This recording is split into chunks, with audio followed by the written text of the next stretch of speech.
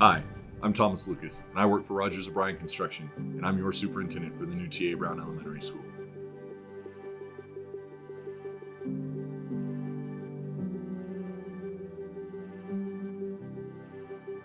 So, projects are measured in milestones. What's the day that you broke ground?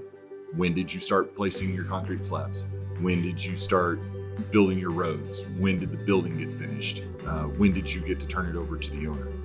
So all of these are milestones and important dates that you track during the course of construction. So up to this point, we've been tracking major milestones of when did you start pushing dirt?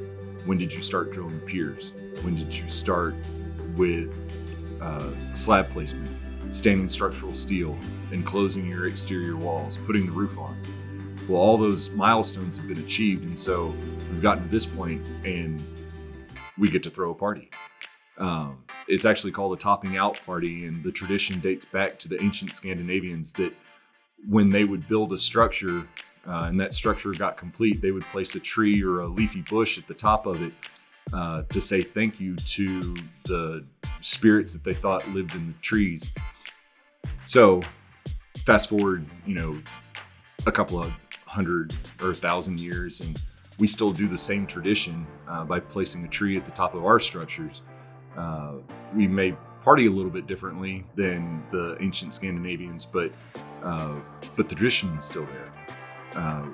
Our party consists of barbecuing for 150 of our trade partners that have been with us every step of the way to meet our dates. We've worked long hours, we've worked in the heat, we've worked in the cold and in the rain to make it happen. And so it's a way of saying thank you to our workers who've been on site. We also had the principal and the director of the school here who got to see the men and women who've been here working with us, putting in the time and the sweat to complete the building.